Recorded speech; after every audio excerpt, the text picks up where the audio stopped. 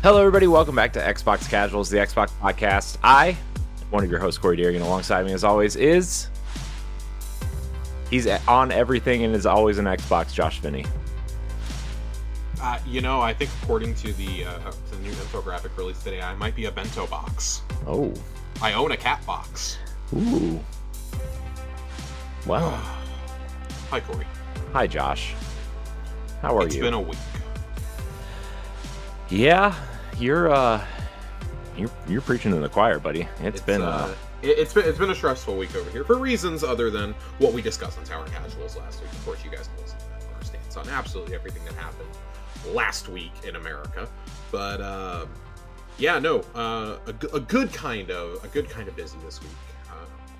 Had a couple job interviews. Sent some more resumes, had some phone screens, so we're gonna cross our fingers and hope to God that I get hired. But yeah, it's been a busy week. I'm tired and I'm ready for the weekend. Yeah, it's been I'm tired, man. It's been one of those weird weeks. It's been busy. It's been exhausting to say the least. It really has been. Have you been playing anything fun this week? Have I been playing anything fun? No. I honestly haven't played. I really haven't played anything except for the Call of Duty campaign. And that it was pretty good. It was good. I recommend.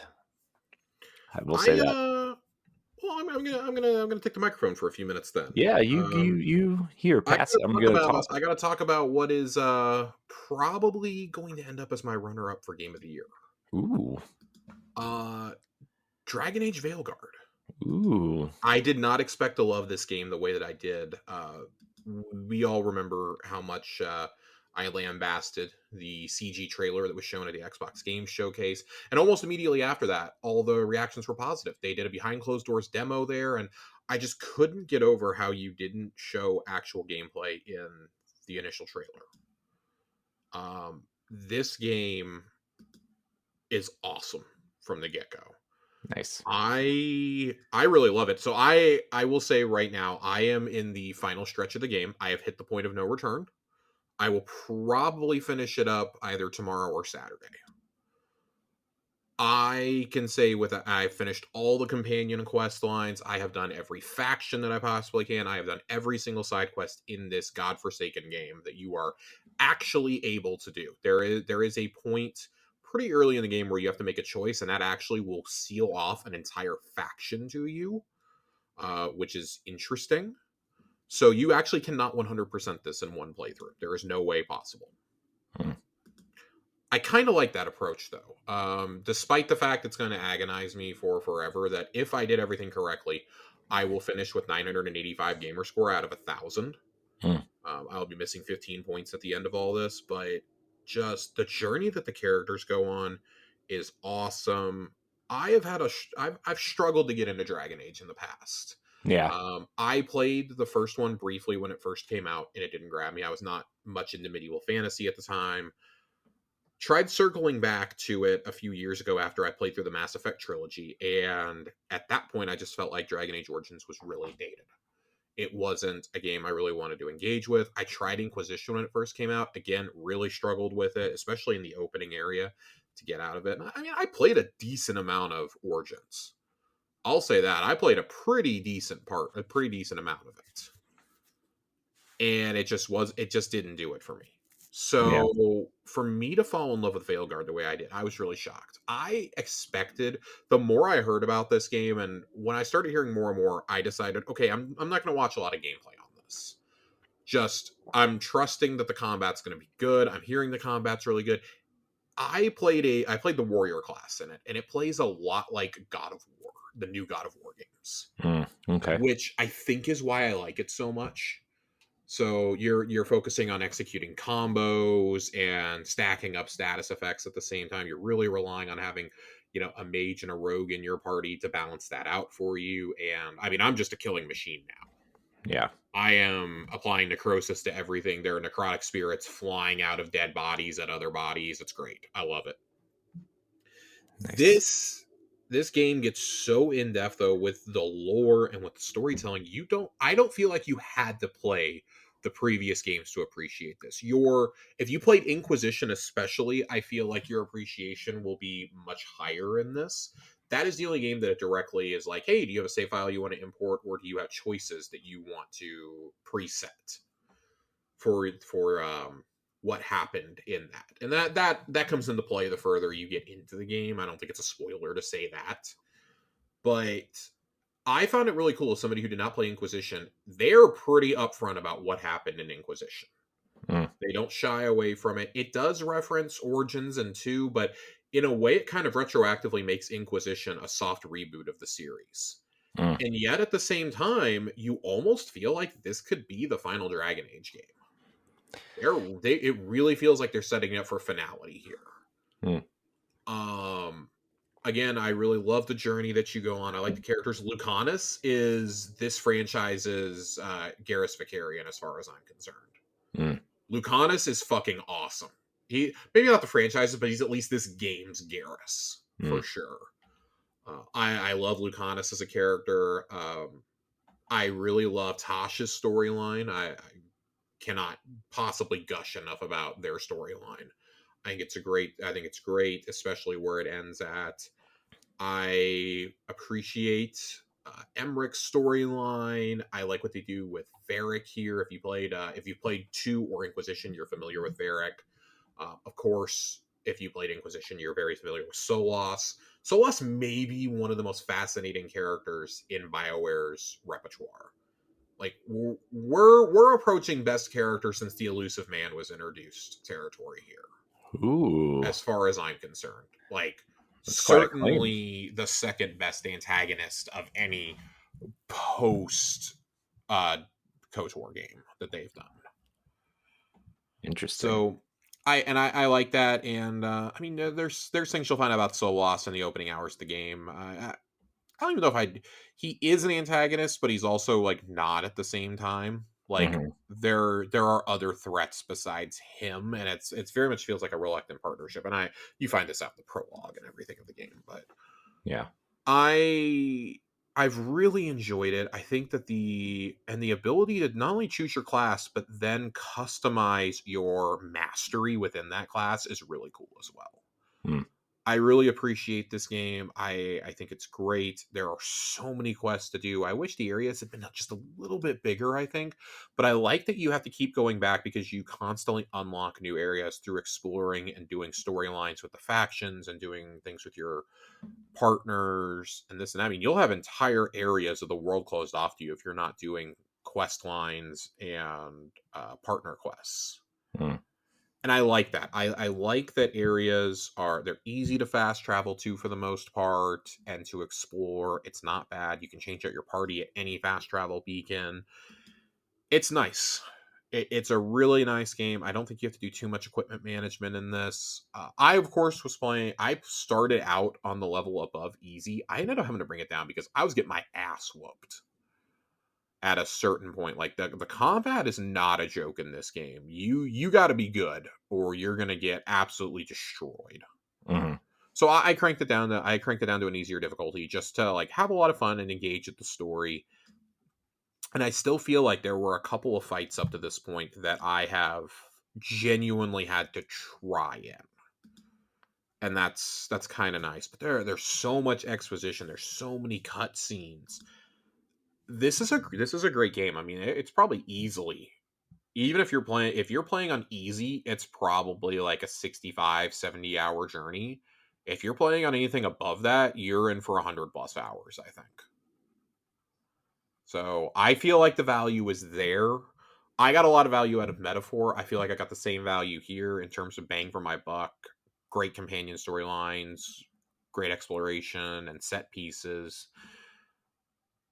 In another year, this potentially would be my game of the year. But I think as good as this is, as good as Final Fantasy VII Rebirth is, I think Metaphor is still like clearly better than those two. And Hmm. I don't think it's really a discussion, frankly. Yeah. And that's not a bad thing. I mean, that's just you're talking about maybe one of my favorite games I've ever played, and then two very, very, very well done RPGs also. Like this has really been year of the RPG for me. I think my top four are all mega long RPGs as of right now. So, Dragon Age, great game. Highly encourage you to play it if you like that universe, if you like BioWare games. This is definitely more action oriented. I think it appeals to people who maybe like Mass Effect better than Dragon Age. I think this is the most accessible one, combat and RPG wise. I Mm-hmm. wish your dialogue choices mattered just a little bit more in this game. Like when I select the condescending or sarcastic options, I really wish that came through more, Mass Effect style, and it doesn't. But for the first time in a long time, I have hope for Mass Effect 5, 4, 5, whatever one it's going to be. I have a lot of hope. And it's Cool. nice to be back. I would say, and this is somebody who never got an Inquisition, this is my favorite BioWare game since Mass Effect 2, I think. I don't think 3 is bad, but I think this game is better than Mass Effect 3. Yeah. The twists in 3 are better. Like the scene with Thane, for instance, is one of the greatest scenes in any video game for me. Hmm. The Kai Lang fight, the Citadel DLC, the final assault on the Reapers, the goodbyes to your team. Like, there's so many powerful moments in 3, but I don't think it hits. It's like, well, you kind of knew that was the end of the journey, though. Like, Veilguard, it very much feels like it should be the end of the journey, Mm-hmm. but I don't know if it's going to be. Like there's a lot of callbacks. If you've played previous games, I had to have a friend explain to me who some of these people were. There are people from Inquisition who show up right away. There are references to Dragon Age 1 and 2. There's a lot of them actually. So yeah, I still think I think it's a really good game. It's worthy of playing. If you're on the fence, wait for it to go on sale. There's no shame in waiting for this game to go on sale. Yeah. But I do think it's a very, very, very well done game, despite the concerns I had for it. I'm so happy I was proven wrong. I did. If you would have told me even a month ago, hey, Dragon Age, you're probably gonna have a higher than Final Fantasy Rebirth, I would have laughed you out of the room. Yeah. Like even in the opening hours, I would have laughed you out of the room. There is a specific set piece at about the halfway point of the game that I went, oh shit, this game is everything's being thrown on its head right now. This is one of the coolest. This is like one of the coolest levels I've done in a game in a long time. I have thought that like 3 different times. So yeah, it's cool. It's cool. Definitely recommend Dragon Age Veilguard. Can't believe Nice. I'm sitting here recommending another EA game. That's 2 years in a row. 2 years in a row. Now, granted, it's like from their 2 best studios by far, Mm. BioWare and Respawn, but Yeah. Well, that's good. it's a good game. Good. Speaking of medieval fantasy RPGs, though, Ooh, I'm just going to medieval. launch right on into it. Oh boy. Avowed is up for pre-order today, Oh boy. and it's coming to BattleNet. What? Yes. They announced today there is a pop-up when you log into BattleNet that Avowed is going to be released on BattleNet as well. I actually don't think this is a bad idea. I think it's kind of smart to get it in front of that crowd that like plays a lot of COD, that plays a lot of World of Warcraft, that may not be thinking about this game. That's actually a pretty good idea to me. What was not a good idea is announcing a bitchin' steelbook. They did a steelbook with that awesome skeleton key art that we saw last year or earlier this year, I guess now. But it only contains a code in the box. There it along with 5 days early access, digital art book, digital soundtrack, a map of the world, and a note from the development team at Obsidian. I was really bummed when I saw this because I was like, man, at first I didn't realize it was just a code. I was like, oh my god, if this is a physical version of this game, I'm going to buy it. Mm-hmm. Then I saw it was just a code and I got really, really upset. Mm. I do not like this trend. I do think I saw a comment on social media today that was like, yeah, we need to hold Microsoft's feet to the fire for this one. Like, you want something to actually get mad at them about, here it is. And like, this has been happening on the Switch since the day the Switch came out. Yeah. Now, granted, Nintendo's not doing that, but this has been happening since the day the Switch came out. A lot of games you go to try to buy physically that are bigger games are just codes. Yeah. because the game can't physically fit on the cart. Or Yeah. it's like, oh, you have a cart, but you just have the license on the cart and you still have to download the whole game. Yeah. I think what was it? The Doom 2016, I think, is like that. Uh, s- I know uh some of the older Bethesda games were like that. maybe. I Well, think I Doom was know like that. I know Wolfenstein. the Wolfenstein games were. Wolfenstein Youngblood was a code in the box. Yeah. I think Doom Eternal was also a code in the box. The point is, this has been Yeah. happening for a while. I don't like this trend. I don't like that Xbox is getting in on this trend. Yeah. At that point, just sell it digitally or like partner with.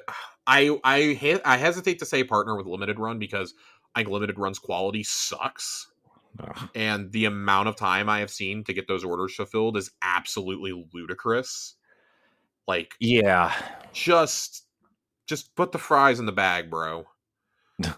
If they partnered with somebody like I Am 8-Bit, I feel like that would be better. I've had nothing but good experiences with them personally. I Yeah. bought several vinyls through them.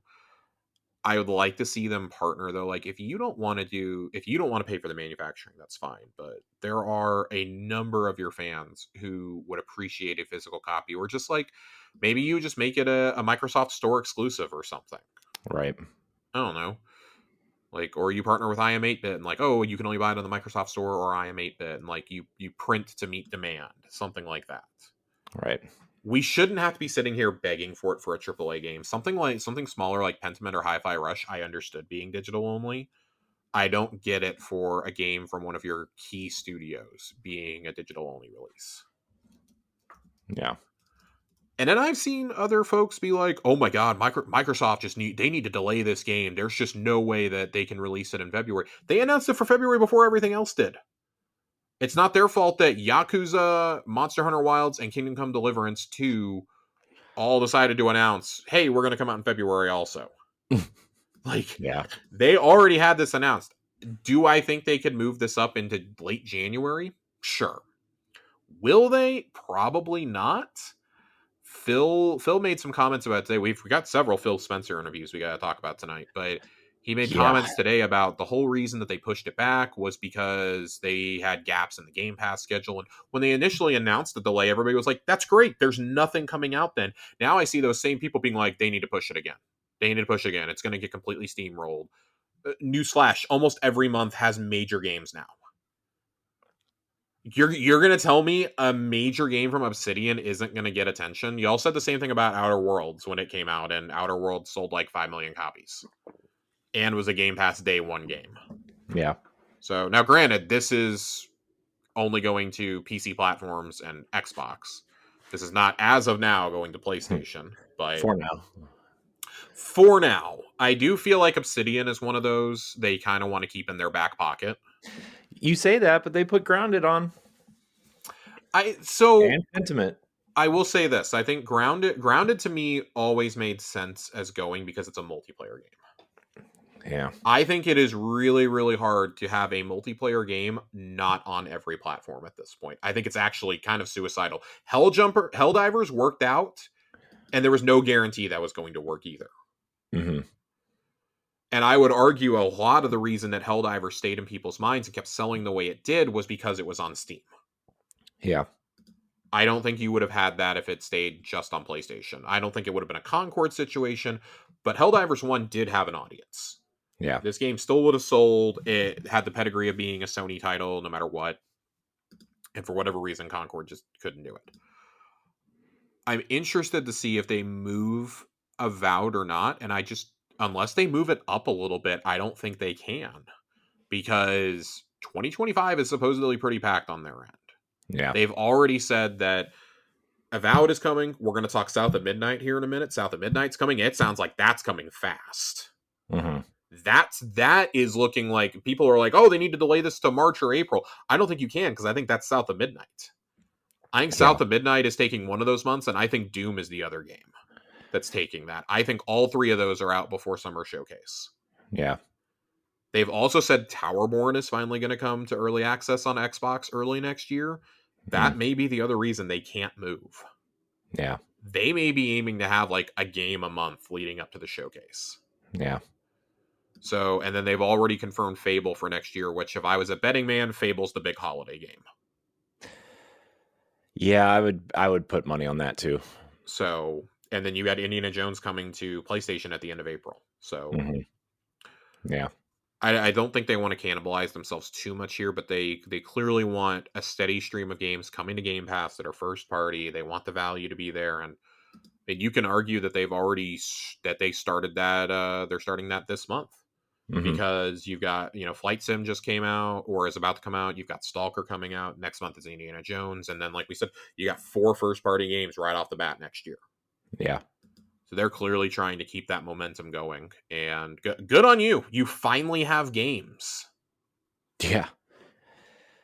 Yeah, I Finally. know. I How was long did thinking, it take us to get here?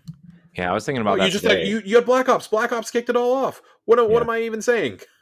Yeah, I was thinking about that today, right? It's like, okay, well, they kicked off Black Ops, then we Mhm. have Indiana Jones, and I was like, man, every like 6 weeks there's like a new game coming out for Xbox. It's Which crazy. we've been saying for a while that when the dam finally broke, it was gonna happen. Yeah. Like next fall, you're gonna have a Call of Duty, you're gonna have Fable. I would wager they have probably 2 other games post showcase for next year. Yeah. And it's anyone's guess. The logical guesses at this point would probably be State of Decay and maybe Clockwork Revolution. Yeah. Those might be your best guesses at this point. I've been pretty optimistic that Perfect Dark would see the light of day, but if they have that many games, they may be like, no, take the time. Take time on Yeah. it. It's what's another year at this point on that game? Yeah. I mean, you might as well just hold out, right? I mean, you Let's might get as some well more just story games out there. Yeah, maybe we kick off in early Q1 or Q2 2026 with Perfect Dark. I would say Gears E-Day maybe gets held for the 20th anniversary of the franchise, but you're also running into the 25th anniversary of Halo at that point. So yeah. you've got and there's going to I be mean, scheduling things. you're also cutting it pretty close to a Perfect Dark anniversary at some point too. Because what was that? 2000? 2000? Yes, the first Perfect Dark was 2000. So I mean, you could theoretically get it out next year for a 25th anniversary. Yeah, you could. I mean, you could do a whole special edition, Man, something if around that. nothing else, I would actually really love if they remastered the original Perfect Dark. I don't know how Well, hard that would they be to did it. do it. They did. It was on Rare Replay. Okay, well, a good version. Hmm. And like give me something updated. Give me something a little bit more updated. Yeah. And let's see what we can do. I don't think there's anything wrong with asking for that. Reintroduce people to Joanna Dark. Let's just pretend Perfect Dark Zero didn't happen. So, get folks hyped. Like do something kind of even if it's similar to what you did for GoldenEye, just put it out there. Hmm. Yeah. I don't know. And I mean, There's things you could do. yeah. There's a lot they could do Do with. with the multiplayer. The multiplayer for that game was really unique. Yeah. And even if people only play it for like 2 months, there you go. Who cares? You got engagement out of it. Yeah. Yeah. I So mean, do even if do you, what do what Ghost of Tsushima did with their Legends mode. Just like throw it out there and see what happens. I mean, you can't lose because Game Pass makes it easy to well, and just I think try with this something. also you would have the advantage of I know that the classic version is available through Switch Online. You could throw this over on the Switch easily. Hmm. You want to bring things to mobile? Bring the OG Perfect Dark game to mobile. Yeah. Charge $5 for it. There you go. Yeah. I don't know who could argue with that. Like you sell 200,000 copies. Okay, cool. How much money did it actually cost you to do that? Probably nothing. Yeah. Y'all are always complaining about how you need more things on Game Pass. There you go. Yeah. So I think that could be an avenue you could take, but scheduling is it's going to become an issue for them if these projects are all hitting the benchmarks at the right time. Because well, let's talk South of Midnight and Indiana Jones previews. This was really the week of first party Yeah. news for Yeah. Xbox. It was awesome. You had previews of both of those. I stayed away from the Indiana Jones ones. I'm going to be totally honest. I did not watch any of the deep dive gameplay. We are less than a month away. I don't want any more of this game. Yeah, I've seen what I need to see to. It also says Indiana Jones in the title, so you know. But so what surprised me actually was the South of Midnight stuff coming out. So, Absolutely. and you know what I really liked, Josh? You What you know really how like, Corey? you know how it had that stop motion animation, which like I was love it. cool, but like, you can turn it off if you You want to, can. You can, in fact, turn it off. which is great for me. But you can leave it on, which is great for you. You can turn it off. It does not turn it off in the cutscenes, and I think that's fair. That's fine. That's totally fair. The word going around about this game is that it is supposed to be I believe 12 to 15 hours long. Hmm. So Perfect. official game length is 12 hours plus possible exploration. So I think that's great. That's great. Perfect. We always talk about how we need shorter AAA games. I love that. 2-3 sessions, you could be done with that. Yep. That's all I need. That's all I need. They said that it's open world but still contained, and I like that. Like the levels are open exploration, but there's clear boundaries. Hmm. I did like that. It is apparently hitting 60 frames Good. on X and S. Good. These games should be I optimized for S. I'm sorry, all first party games should be optimized for the S. Yes. Listen, if Nintendo can do it on inferior hardware, there's no reason you can't. Yeah. There's no reason at this point. Like we have hit a brick wall in terms of what we can actually do graphics wise at this point. Hmm. Work on optimization. That needs to be the next thing that we focus on, is getting stable 60 frames 4K. Yep. That needs to be the next benchmark that we're pressing for. Yep. So I like it. I think this game looks awesome. Yeah, it looks great. The environments look great. I'm really hoping that third time's the charm for Compulsion. That's the studio's name, I think. Hmm. I'm hoping this is it. I'm hoping this is the one for them. Yep. We've come a long way since Contrast, though. I gotta tell you, We've come that a game long was way since Contrast, and God, please don't let this be another We Happy Few. I was very excited for that too, and look how that one turned out. So yeah, but that I think that game. To be fair to that game, not to be fair to that game, but they changed direction of that game halfway through development. I'm Right. aware. Tried to add that story in and just tried to make it work with the original idea of the gameplay, and it just didn't pan out. Yeah, I don't love that. I'm actually still really bothered by that to this day. Yeah. But that happens. When you get funding and when you don't, right? Funding Yeah. giveth and taketh away. Unfortunately. Yeah. It'll do that. But I So, I, I think this game looks awesome. it does. I think the art style is amazing. And I the think fact that that's its biggest asset. Is it looks yeah. so unique. Like I think there's only two other games this generation that I can be like, yeah, I think these were really unique that were Xbox exclusives, and that's Pentiment and Hi-Fi Rush in terms of their distinct styles. Yeah. And this Yeah. is another one. I think this looks great, and I'm all for the expression of doing something that's outside of your studio's comfort zone. We saw it happen with Sony last year when Sony gave that freedom when Sean Layden was like, "Yeah, go make Horizon instead of more Killzone. Yeah, okay, you've convinced me. We're gonna do another God of War over there and let you do it the way you want to do it."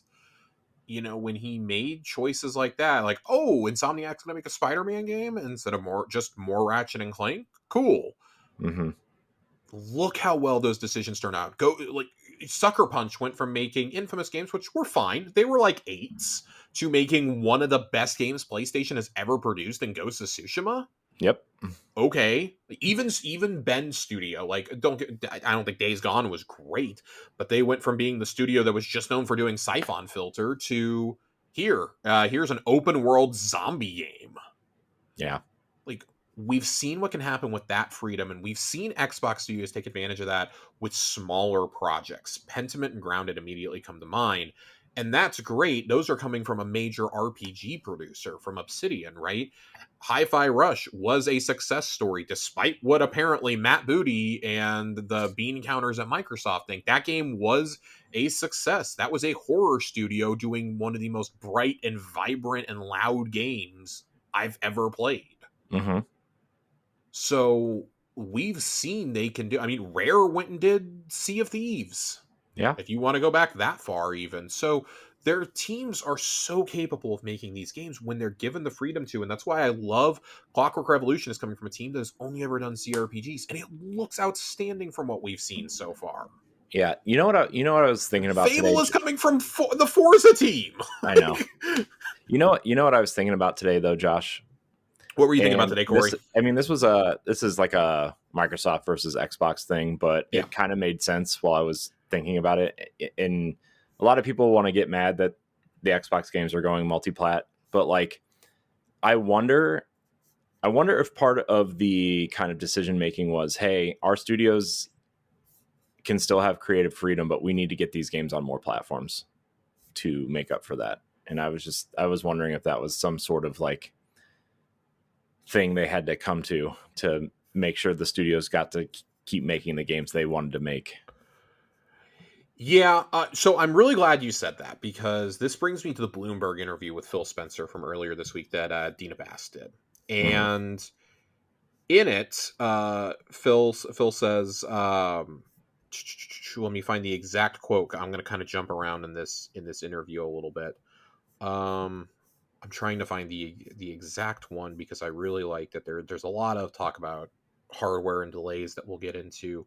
After releasing the first batch of Xbox games for PlayStation and Switch, Phil Spencer is pleased with the results. Microsoft will do more of that, he said, and won't rule out any game in Microsoft's stable. I do not see sort of red lines in our portfolio that say thou must not, he said. It's too early to make any sort of decision on the next version of Halo, he said. Following the Activision acquisition, Xbox cut more than 2,500 jobs and closed 3 game design studios, with the company exiting what management calls a difficult year amid challenging mobile game market. Spencer feels good about 2025. The Xbox business has never been more healthy, he said, citing growth in cloud and PC as well as console usage. The business is performing right now, and I think that means a much more healthy future for hardware and the games we build. So I'm going to kind of call bull on this a little bit when it comes to the red lines. I do think there are franchises that are untouchable for right Mm-hmm. now. And Yeah. I think that is, as much as the meme is, it's Halo, Gears, Forza, Fable. Yep. Those are That's what I would have untouchable. said. Yep. I think those 4 are untouchable. I think any game that is multiplayer that is not those franchises, though, I think is absolutely fair game.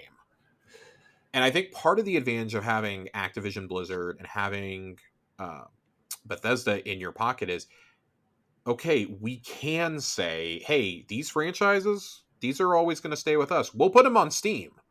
We might put them on Battle.net. We're not going to put these on rival platforms yet. Yeah.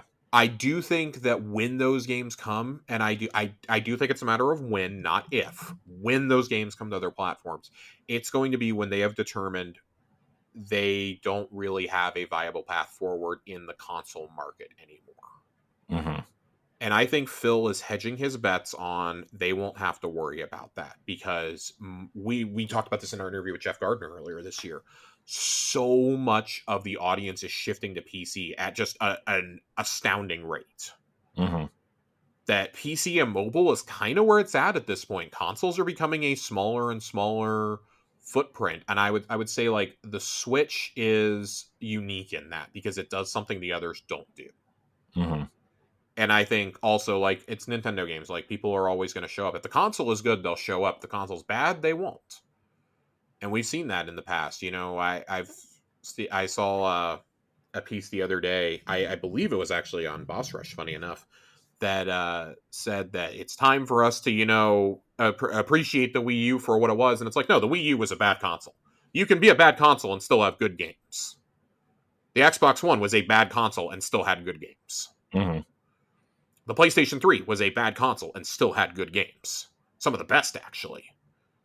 Like, you can have games and not be the market leader, and it can take years for people to discover said games. And like that's fine. Like, that's not a problem. Like, I grew up loving the GameCube, and the GameCube was not a super popular console when I was a kid, despite what nostalgia tells you. It Yep. was not a popular console. Everybody had a PS2. I did not. Yep. I knew 2 other people with a GameCube as a kid. Mm-hmm. Like people I knew, because I was like 8-9 years old when GameCube came out. As I got older, my friends were buying Xboxes. We all wanted to play Halo. We want to play Halo. We want to play Grand Theft Auto. You couldn't play those things on a GameCube. So I think there's always supply and demand. In this interview, he also referenced, I said he referenced new hardware. I'm pretty thrilled about what they're saying. So, the executive who has repeatedly professed his admiration for handheld devices says the expectation is that we would do something in that category. Although the company is working on prototypes and considering what to do, Spencer also asked his group to look at the market and develop its vision based on what it learns. Such a device is still a few years out, he says. In the coming months, designers and engineers will focus on making the Xbox app work better on existing portable devices and partnering with hardware makers to make sure their products sync with Xbox games and experiences, he says. The Xbox app right now is good rather than great on some of these gadgets. Long term, I love us building devices, and I think our team could do some real innovative work, but we want to be informed by learning by what's happening now. I like that. I like that. Don't rush this. I do still think that this is the next console. I still think it is. Yeah, I'm starting to think so too. I do think you're going to see another 2 SKU system though. And I'm going to put it this way. If you can get the power of a Series S into a handheld, that thing is going to sell hotcakes. Well, that's what the next Nintendo console is supposed to be. Yeah, next Nintendo console is, I believe the specs are supposed to be somewhere between the PS4 Pro and the Series S. Yeah. It's supposed to land, because that's a little bit of a gray area between those. It's supposed to land right in between that. Obviously, you're going to get better with the hardware the more you work on it too. People are going to get more and more out of it. That is pretty good for a mobile device. Yeah. It's about where the Steam Deck is, right around there, I would say, probably. Yeah. So I'm interested to see what they do here. I think that the key for an Xbox handheld, though, like we've said so many times before, is going to be getting the Steam Store, getting the Epic Game Store, getting GOG, getting Itch. You got to get those stores on your device, or you can't launch it. Straight up. And mobile Windows has to be a better experience. It has to be. Yeah. But the other thing is, this device needs to be easy to upgrade the memory in, and it needs to be easy to upgrade like thumbsticks and things like that. You need to be able to mod this device. You can't restrict that like a traditional console. Right. If you like, especially after PlayStation has allowed you to upgrade your own SSDs this generation, that's one of the only things that I think really is like a big knock on the Series X hardware wise, is I can't upgrade my memory.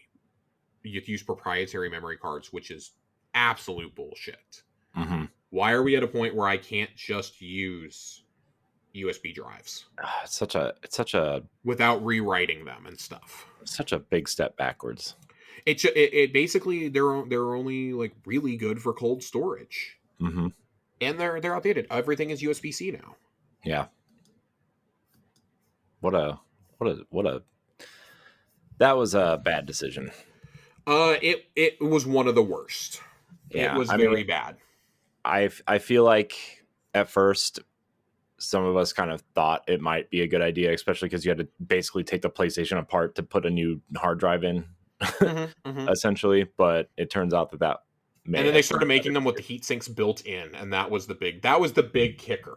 Yeah, was when they first announced that you were going to have to do your own heat sinks and everything else. Now they come with them built in, and it's just like I have not upgraded mine simply because I don't use my PlayStation 5 that much. I use it for exclusives and for the occasional indie that releases on PS Plus. Yeah. I cannot fathom that being your main console and you not having upgraded from the initial storage. Because it's bad. It's bad. There is no reason that these consoles anything should be launching with less than like 2 terabytes at this point, with the size of games. Yeah. So I think that would be the other thing that would hold a potential handheld, is they got to see how much memory they could possibly cram into that thing. Not just RAM, but how much onboard space could they cram into it, right, and still keep this thing affordable. Yeah. Because you have to offer it at I suspect by the time this comes out, 1 terabyte is going to be standard. They're still selling these with 512. That 512 doesn't get you anything. You're going to have an expandable micro SD slot also. You're just going to have to do that. As much as Microsoft may not want to, you have to. So I'm curious, like, what would a bundle look like for this? Would a bundle for this give you the handheld, a dock, and a controller or something, so that Yeah. hey, really promote this as we're giving you everything in one box. Yeah, yeah, I think you have to do that at least from the start, right? I Like think you you do I too. think yeah, I think you definitely have to do that. I So, mean, but that is I think the Steam Deck gets away with it because your primary thing that you play on is a PC right, theoretically. So like right. they can get away from with that, but like Xbox is for console players. They have to do that at least at the beginning. I agree. I agree. I think you're going to have to do it right there at the beginning, and I mean, I like that. I like that idea in theory. Mhm. So, other tidbits that Phil talked about in this interview, I this part particularly ground my gears up. So, this is I'm actually jumping back to the beginning of this interview. After a tough year, Microsoft's video game chief is still looking at acquisitions and charting how to compete and partner in the markets for handheld game devices and mobile stores. Deals that add geographic diversity, including in Asia, might be worthwhile, Phil Spencer said in an interview Tuesday at Bloomberg. Buying another mobile company would add to titles Microsoft picked up in its $69 billion acquisition of Activision Blizzard last year. We definitely want to be in the market, and when we can find teams and technology and capability that add to what we're trying to do in gaming at Microsoft, absolutely we will keep our heads up. Still, there's nothing imminent, and the very large deals are probably off the table at present as the company is spending a lot of time absorbing Activision and Blizzard employees, he says. Microsoft wants to diversify the teams working on games by looking more to China, he says. The company developed a new mobile version of Age of Empires by partnering with Tencent, and Tencent released a game globally in October. It's been a good area for us to learn from creative teams that have real unique capabilities. The real opportunity is to partner with creative teams in China for global. I have a problem with this. You are talking about acquisitions after you just closed 3 studios and sold one off. Mind you, one of those studios was in Asia, and part of the reason that we were given by Matt Booty was, well, it's hard to collaborate with that team being in Japan. What in the unholy fuck is happening over there? I just want to know. Nobody's on the same page. That's the Nobody's problem. on the same fucking page, and I feel like this is him going off the company line and saying, no, I still want this despite what the bean counters want. Yeah. I don't know how to feel about this, because if you're going to partner with like Tencent and NetEase and stuff, fine, whatever. I feel like that's almost inevitable if you want to get your games to Chinese and Korean audiences. I feel like Mhm. you almost have to do that. I don't even know what to begin to say about other studios, though.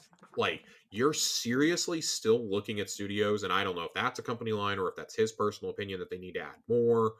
You cannot manage what you have now, and that has been proven. Mhm. Prove to us for several years you can handle your shit, and maybe we can entertain this again. Yeah. Like, I would have rather y'all gone for this than done Activision Blizzard, frankly. Mhm. I think just about everybody would have. Like, you needed to prove to us you could handle your studios and handle Bethesda first, and instead you spent $69 billion, which we've always suspected was a Satya Nadella move. Yeah. But I don't like this long term for Xbox. Nope. And you're still pushing the idea of this mobile game store, which is talked about further down in the interview. It's talked about, we just discussed some mobile games. So I don't know what you do. Company's planned online store for mobile games has been delayed as the group does additional research on the market. Sarah Bond had announced the store in May with a planned release date of July, but staffers are still talking to mobile devs, including those responsible for Candy Crush and Call of Duty Mobile, to figure out a plan. As regulatory cases involving iOS and Android mobile stores work their way through courts in various countries, Microsoft still doesn't have an effective way to get its own store on mobile phones. A web store would mean somebody doesn't have to go into the App Store to install something, but you still have a way to find the store, Spencer said. If we're just hoping, like, if we build it, they will come, I'm going to bet that doesn't work. That means Xbox has to make its store unique for players and figure out what will draw content creators. At the same time, it's preparing for a world where Apple and Google mobile devices are more open to Xbox. I think the ball is moving in the right direction, and I think this idea of open platforms where users have more choice, creators have more choice, you can see the momentum, right? I do agree on that. I feel like that's coming. Epic versus Apple was a very big turning point in all this. Epic getting to put Fortnite back on iOS in the EU was huge. Mm-hmm. That was huge. Like, the US courts don't give a shit at this point. Oh no. But, and it's going to get even worse, but the EU is going to drag these companies kicking and screaming. So I'm okay with that. Yeah. There is, and this kind of leads into, another story that we were going to talk about tonight, which is their new marketing campaign of this is an Xbox. Yeah. And it's pretty much any screen you can imagine. It's TVs, it's consoles, it's TVs, it's handhelds like the ROG Ally, it's tablets, it's cell phones. Like, all of these are Xbox devices. They had a coordinated marketing campaign with the Amazon Fire Sticks earlier this year. Yeah. And let me tell you, I think that's cool, but your cloud servers have to be significantly better to be able to run a campaign like that. Yeah. Especially if you're trying to promote games like Call of Duty being on that, you're going to run into problems. Because I was getting pretty huge lag playing earlier today. And that was in the middle of the day on a console with a wired connection and I have 1 terabyte internet. Right. So, what terabit? Not terabyte. I have gigabit fiber. So if I'm struggling to run that with a wired connection on a console that is more powerful than a cell phone or a tablet or a laptop browser, imagine how that's going to go for everybody else. Right. Not great, I'm going to say. Yeah. Does not inspire confidence. Does not inspire confidence. It could, however, be significantly worse. Yeah. It's I mean, I don't even know what to say sometimes, man. It's just sometimes I just wonder what's going on. I don't know. Josh. I'm not even gonna say that. I'm always wondering at this point. Yeah. I really, really, really want them to be successful. And I don't want this to be like, oh my God, Josh is shitting on Xbox. Like, it's not that we don't want them to be successful. We want the messaging to be clear, and we want the everybody to be on the same page, and we want the games to be good, and we just want that's what I want. I don't mean to speak for you, but I assume, communication and being on the same page and success are all things that people like to be on the same page with. So. Oh boy. Yeah. Oh boy. That's how I feel, man. Yeah. So I do think like accessibility and portability is where we're going next, and getting stable frame rates. So yeah. I do see a two SKU thing coming for next generation, but hey, that's still a ways off apparently. Yeah. Where do you want to go from here? Man, where do we go from here? I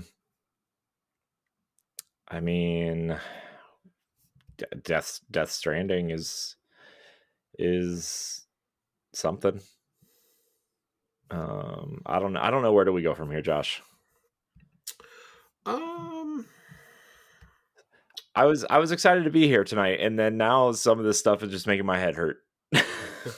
Some of this is just making our heads hurt. We got some franchise news. Yeah. Death Stranding self-dropped on Xbox 5 years to the day after its initial release, and apparently Hideo Kojima now fully owns the IP. Yeah. I mean, that's good, right? I mean, they've got that show coming out. He probably wants to own that stuff to make sure it's all under his control. Yeah, so is it a show or is it a movie? I know he's doing it with A24. It's A24. I don't exactly know. I think it's a movie. It's yeah. I'm looking it up now. Yeah. And I wonder if this was originally written into the contract somehow, because 5 years to the day tells me that was a contractual decision. 100%. 100%. That's what it feels like to me. 5 years to the day. So now I'm kind of looking to next April and being like, are we going to see Final Fantasy 7 remake 5 years to the day after? Yeah. So a little curious on that one. I do think it's interesting that it just stealth dropped, no fanfare. I mean, remember previously Death Stranding came to PC Game Pass Yeah. because 505 published it. Yeah. So I do find that interesting. Obviously, anybody who's like, Kojima doesn't want to work with Xbox, like, shut the fuck up, you nerd. Like that. Yeah. That also tells me that On the Beach will eventually come to Xbox at some point. It'll probably be another 5 years, but it'll come. And just like we've always said, like OD, that's going to go to PlayStation after like 2 years, probably. Yeah. Maybe shorter than that. I have to imagine that was part of Kojima's deal as I'll put it on your console and on Steam, but I'm going to PlayStation as fast as I can with this game. Yeah. And if all the rumors we've heard, this is the game supposedly that PlayStation did not want to publish. Right. This was the rumored, formerly planned for Stadia game. Yeah. So interested in that. Always like seeing what Kojima does, but God, Death Stranding might just be too weird for me, honestly. Yeah. I mean, now that it's on Xbox, I might try it, but I mean, I'm not. If I'm gonna try it, I'll just try it through PS Plus at this point. It's on there. I just have had no desire to go play it. Yeah, I don't know, man. I'm not a Kojima guy. I'm not gonna lie. I think what he does is interesting, and a lot of it is fascinating. But like, I don't know, man. Just not a guy. Just not a Kojima guy. I've tried. I love Metal Gear Solid. I'm not a Death Stranding guy. The only Metal Gear I've ever played, Josh, was Ground Zeroes. Oh, I'm sorry. So Metal Gear 1 and 2 are still some of the best games of all time, I think, especially Twin Snakes. I really, really, really like Metal Gear 1 and 2. I couldn't get into 3. 4, I think, is great. I just wish it would come to a modern platform so I could play it again. Played it at my youth pastor's house when I was in high school. Probably not the kind of game you should be showing people when you're a clergyman, but it's okay. It's fine. It's fine, he says. Couple of other small things. We do have one bigger story to get to that we'll do at the end here. But Fortnite OG is a permanent mode. I know this doesn't do much for either of us, but that's creating some pretty big waves because the OG season was immensely popular last year. And fans were a little bit disappointed to find out that this OG Season 2 was not really that. It was Season 2 remix. It's Season 2 remixed with rap icons. And they are not overly jazzed about that from what I understand. I have not played this the kids these days don't enjoy some Snoop Dogg and Eminem? I mean, I do. I think they're there for Ice Spice, but I enjoy Snoop Dogg and Eminem. What now? Ice Spice. That's a real person? That is a real rapper. Yes, she's a real rapper. Oh my God. Yep. I will say the event that launched this was pretty damn cool. They did a live concert in Times Square that simultaneously aired in Fortnite, and that was really cool. Oh, that's cool. It aired in the Battle Royale mode, though, like not on watch with your friends mode. It was as long as you loaded in with your friends. Yeah. All combat was turned off inside of the area. It forced you into it to watch it, and it was cool because you had the screen, but like the whole world around you like changed to mimic Times Square too, which was kind of cool. Oh, that's kind of cool. I thought it was cool. I think Epic does some cool shit like this from time to time. You have to give it to Fortnite and Epic for when doing you got fuck really you money, you can do just about whatever you want. Yep. So I do think that was Nintendo, though. No Nintendo characters. No Nintendo characters. They've tried. It's not for lack of trying. I know. That was a joke. Nintendo basically said they would be open to it, but they wanted the characters just locked to be played on the Switch, and Epic was like, why would we do that? Yeah, and they also don't want some of their characters to use guns, which apparently is a thing now because Disney has skins in there, and the Incredibles are not allowed to use guns. They're only playable in non-combat things. Interesting. Yeah. Well, which would be pretty crazy if you saw Mr. Incredible with some sort of like assault rifle. Listen, all I know is Lightning McQueen is coming to Battle Royale, so I'll still be able to run people Well, over wait, with what? Lightning McQueen. Yeah, Really? Lightning McQueen and Mater are coming to Fortnite. Yep, Oh my god, that's amazing. it's at some point next season. So I do think this is cool for people who enjoy it. I think this is kind of what Reload was supposed to be, but I do wonder if you're like diluting a little bit too much across your modes now. Hmm. I don't hate it. It's whatever. I would rather them do this than be doing like I think Lego Fortnite has been mildly successful. I think Fortnite Festival and Fortnite Racing have just flopped. Mm. I cannot believe Harmonix has been reduced to this, but that's where we are. Well, I mean, whatever keeps them Um, open, I guess, at this point. You know, man, you're not lying. I'm not. I like Fortnite Festival, but it's no Rock Band or Guitar Hero, that's for sure. I tried using the new guitar that was released from Mm, Harmonix, and it's a rough time in there. yikes. Uh, a sequel to Hogwarts Legacy is in production and a very big priority for WB Games. WB Games said that they are going to Shocking. refocus their efforts in gaming around Harry Potter, Mortal Kombat, and DC, specifically Batman. Shocker. Oh, Shocking. what should we do? Make more games that sell? Okay. Monkey's Paw Curls, you get Gotham Knights too. Yeah. Well, look, man, WB, man, I don't understand what they're trying to do here.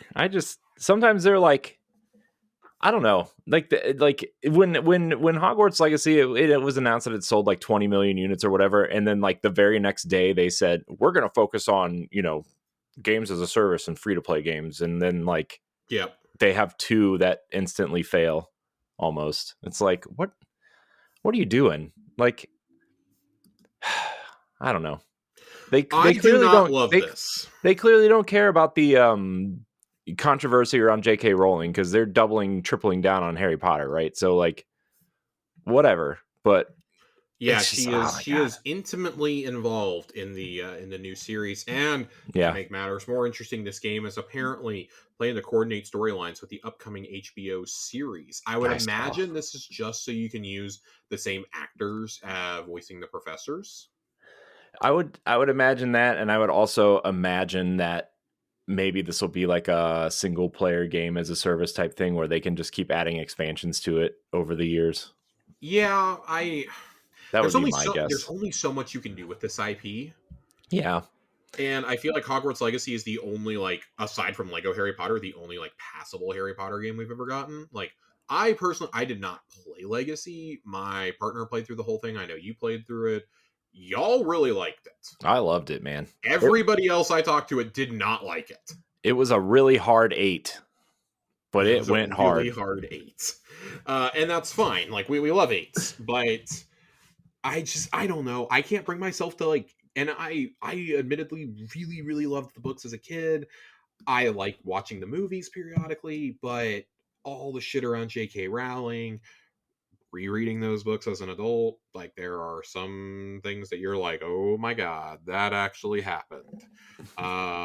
Yeah, but that's a lot of things from like the early Yes, 2000s. I'm not, and I'm I'm not disagreeing with that. I'm saying that that combined with the views she continues to espouse very loudly and very publicly kind of ruins it for me. Yeah, no, It just that's makes me fair. go, all right, I'm done. Like I'm done. I have a line in the sand that I don't want to cross. And that's me Yeah. personally. I'm not preaching at anybody else. You are free to make your own choice. I just I'm not going to support somebody who talks that way about people that I care about. Hmm. Like we just had a 40-minute conversation about this last week about, treating people with respect, about, caring Yeah. about the people in our lives when, the people in power don't, or people with the biggest stages don't care. And I'm this is kind of part of me following through on that. Like I'm personally not going to choose to engage with it. And that it's whatever. No, I It's mean that's whatever. It that's was a fine. I think great part people of my life, but yeah. I think people need to do that with things that Yeah. they're passionate about, right? I mean, I that's totally up to each person, right? Right. So but like clearly there is a majority of people out there that don't care about this type of stuff, Hmm. or maybe even don't even know what's going on, right? And they And just that's fine. Like this is part of the problem of being chronically online, right? yeah. Like I cannot exist in like ignorant bliss anymore, Oh, so to wait, speak. hey, what if it was your job, Josh, to be online every day Oh my on god, several like social media platforms? I could not do it, dude. It does enough to me, like mentally, just being on it regularly, and like I'm glad that like that's one side effect of what happened last week. It's just like I'm like, all right, I'm done. I'm I done with know. social media. I I'll know. keep my Instagram for fun cat videos. I was like, everybody around me was like, I'm staying offline today. I'm like, oh my gosh, You can't. I, I gotta push through. I gotta muscle through all this Hmm. garbage. So that's Oh, where I come down on that. Like, whatever. If you want to play it, fine. I think the smartest thing that they did with Legacy was getting away from J.K. Rowling's direct work. mhm. That was the smartest thing they possibly did. Yeah, And hey, by all accounts, it seemed to go over pretty decently. So, hey, more power to you. I just kind of wish you kept with that and weren't walking that back. So, yeah. in non-Harry Potter franchise news, supposedly it is claimed skins for Master Chief, the Doomslayer, and Marcus Phoenix are all planned for Black Ops 6. That's amazing. You know why? Because Doom and the Dark Ages is coming out very soon, and maybe they And should. also, like, hey, how about some brand synergy here? Yeah, people have been calling for this for a little while, and it makes sense, right? Like, why wouldn't we have these characters here? Why wouldn't we use them as skins in other games? It Mhm, makes sense. You have some of the most iconic characters ever. Put them in here. Nobody gives a shit if you want to put like Ghost or Captain Price in something, but you want to put Chief, Doomslayer, and Marcus Phoenix in fucking Call of Duty, you're gonna see whole lobbies of these characters. yeah. I'd I would rather get. have this than fucking Terrifier. I mean, I'm gonna be in there playing again. I'll tell you that. I will 100%. I swear, if they announce a Master Chief skin, which the rumor is this was supposedly planned for Modern Warfare 3. My personal conspiracy theory that I talked about with our friend Ray earlier today was that I think this was originally planned to be a bundle released the minute that Modern Warfare 3 came to Game Pass in late Hmm. July. And then they saw the positive public reception to Black Ops 6 and said, we're holding it for the game that people can use this skin for a couple of years Yeah. in, instead of releasing it at the very, very end of Black Ops or of Modern Warfare 3. Put it Yep. in a game that is on the good track. By and large, seems to be the best received Call of Duty in a generation, Hmm. at least. Yeah. So you could say probably pretty reasonably back to at least the Modern Warfare reboot. I would go as bold to say as back to maybe Black Ops 3 as the best like overall received one, and I don't think that's a huge stretch. Yeah. So hey, good for you. Good for you using your brand synergy to put these characters in. Now, when are they coming to Overwatch? I feel like that's the next logical step if anybody played Overwatch. Well, it's going back to classic mode. It's getting that 6v6 mode again. So Going back to classic mode. Yep. Classic mode is coming to Overwatch. I believe it's already out, actually, now that I yeah, I think think it about came it. out Did it come out already? Tuesday. It It either either came came out out Tuesday or Tuesday. it's coming out Tuesday, or it's coming out this next Tuesday. One of the two. Yeah. November 12th. It came out November 12th. Play the original hero roster in 6v6 for a limited time starting November 12th. I have a feeling they're going to have to make that permanent. I have a Yeah. really strong feeling that's going to have to be I permanent. I wonder if this game is going to get entirely reworked at some point and just be called Overwatch again at some point. I would almost guarantee it. Um, because I wonder if that game is just going to get like, hey, let's look at the first 2 years of this game. What did people like? What did people not like? Hmm. Let's kind of revert back to that, and we'll just keep adding the heroes. We'll add other Blizzard and Xbox characters to it maybe, and kind of figure it out that way. But let's figure out what people really liked.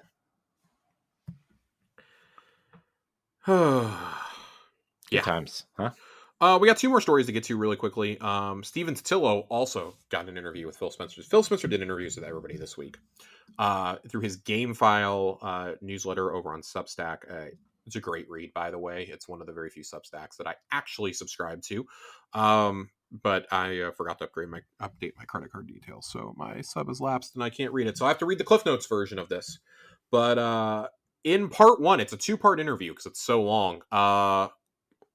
Phil Spencer is bullish on World of Warcraft and thinks Stalker 2 will end up on some Game of the Year lists.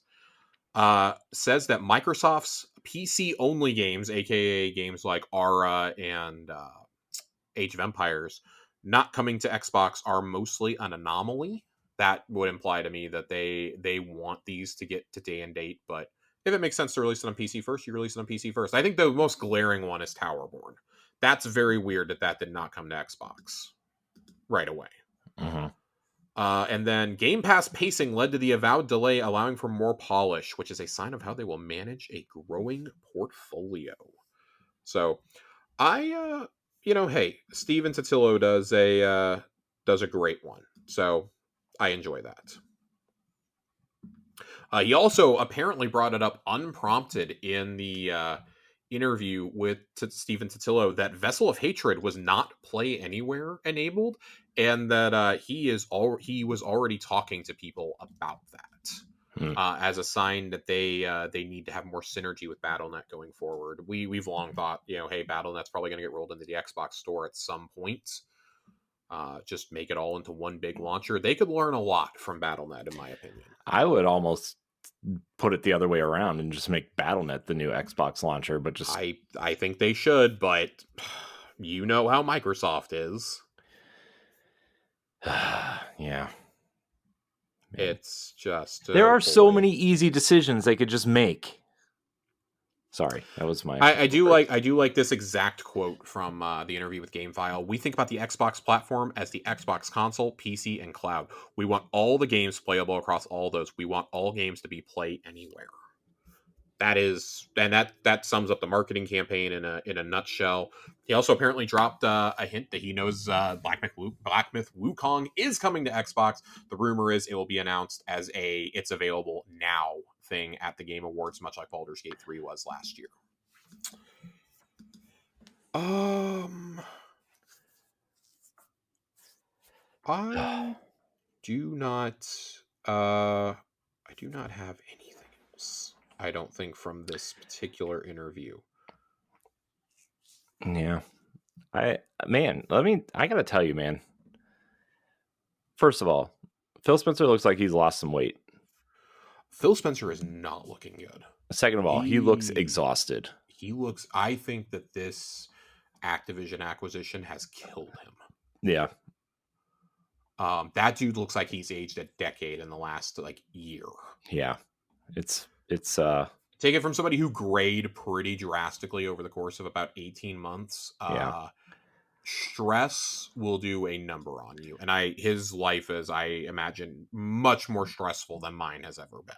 I don't know, Josh. The Mavericks are pretty stressful. God.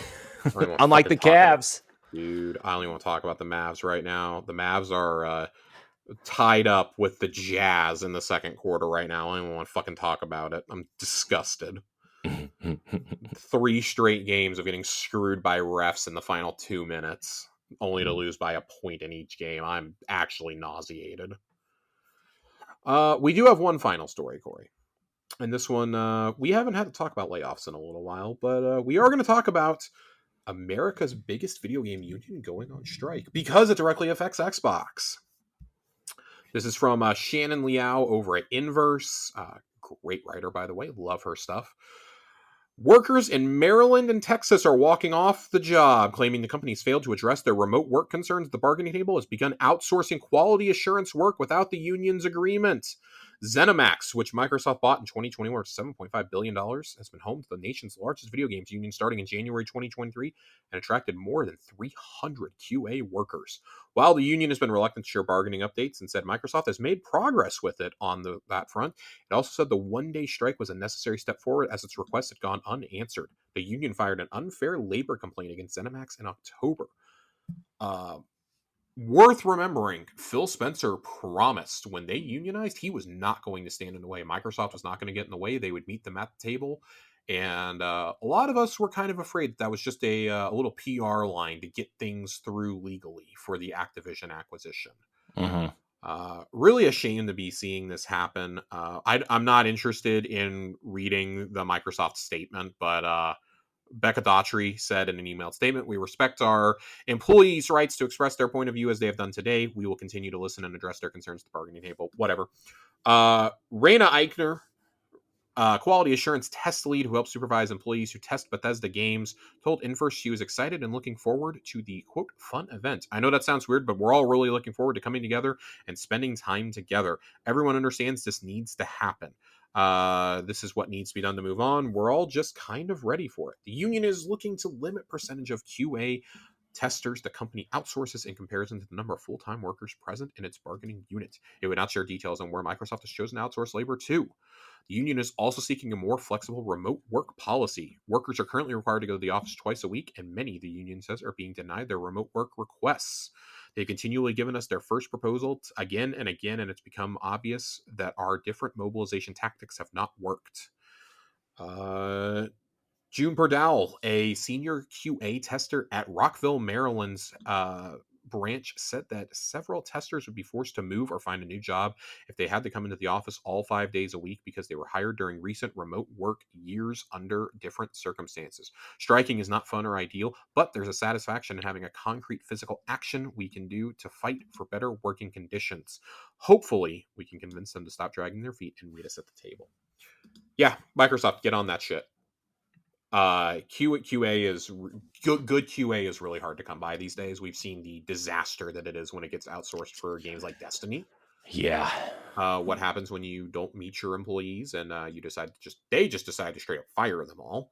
But 300 QA workers and you're still outsourcing work? I want to know what's going on that you're Yeah. needing to outsource the work. What are you QAing? Like, Well, so it's worth noting my, this is for all of ZeniMax. It's worth noting. So that encompasses, ZeniMax yeah, Online, which ESO I imagine has a lot of QA. You've that's got fair. the ones that test for 76, that test for Starfield. I assume they're testing Indiana Jones and Doom right now. Any VR applications they may do. Like, I still think 300 is a really high number, but it's not like totally out of the realm of possibility considering you have 2 ongoing online games and some mobile titles. Yeah. Yeah. I Can't forget just, about the Elder Shelter. God, yeah, I don't know. I just don't feel like that warrants 300 people, but anyways. I don't either. I wonder if they're using them for like other Microsoft projects maybe as well, and as a result, since they're using them for other projects, maybe they're outsourcing the QA for things like 76. I don't know. I just feel like you have 300 employees, maybe manage your employees better. Yeah. Maybe distribute the work a little bit more efficiently. I don't know. I have no idea what goes into this. I am armchair quarterbacking it here, but I cannot imagine that it's that difficult to figure this out. Yeah. Yeah. I don't know, man. Anyways, QA, it's important. QA is very important. I think everyone deserves the chance to be treated fairly. In any case, 100%. I know I kind of sounded negative about 300 people, but I feel like if you're employed, you should be treated fairly.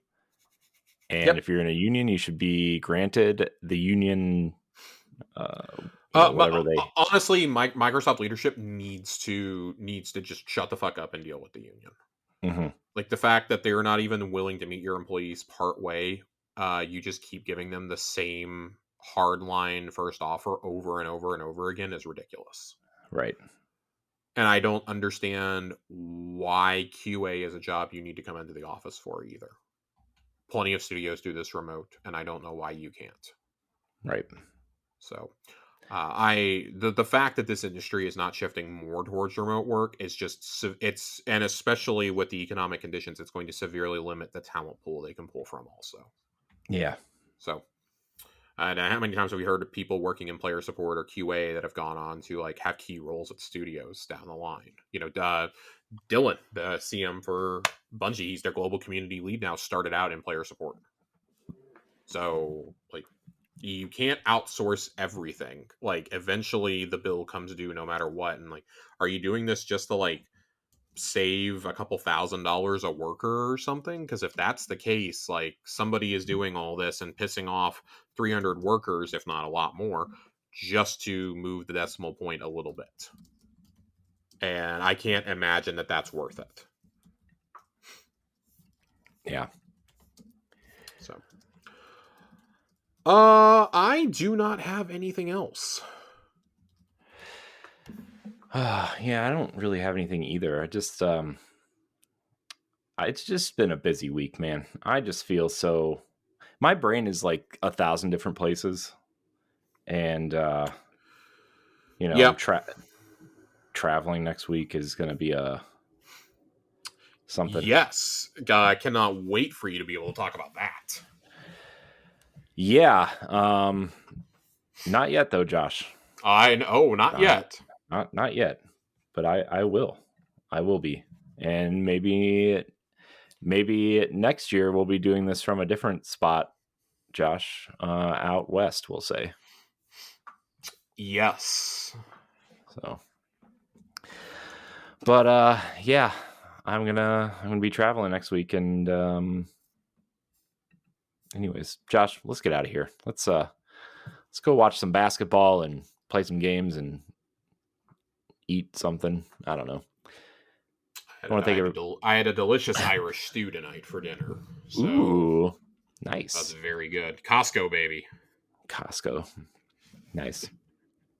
I want to thank everybody out there for watching it or listening to Xbox Casuals, the Xbox podcast. You can find us every other Friday on your podcast service of choice. Check out Tower Casuals, our sister show. Josh, thank you for your time tonight, as always. Where can we find you? For right now, you can find me in the Tower Casuals Discord. I have made a Blue Sky. I don't know if I'm going to actually use it though. I am off Twitter. My Twitter is going away as of tonight. I don't plan to use it anymore. I'm done. I'm done with social media. Even if Blue Sky doesn't end up being the end all that a lot of us would like it to be. And it does feel like classic Twitter over there. I'm just burned out on social media. It's so negative. Everything on Facebook and Twitter is just bots constantly. Oh, I know, dude. Facebook is even worse. I'm done. I'm so done. I'm completely over it. I can't do this. So I was genuinely a happier person before social media, I think. So I'd like to go back to just not caring, essentially, unless I have to for work. So yeah. For right now, you can find me. You can just find me in Discord. You can hit me up there. My DMs are always open. Yeah, you can follow me at I am Corey HD on socials. I'm mostly on Blue Sky now. Twitter is mostly automated stuff and work related things. So if you want gaming stuff, I guess Blue Sky or whatever. Xbox Casuals and Tower Casuals are both on Blue Sky now as well, which you'll get episode updates and stuff like you always do there. So yeah, good times. Blue Sky, man. It's something. It's something. But everybody out there, I want to thank you for watching and or listening. And until next time, we love you. Goodbye.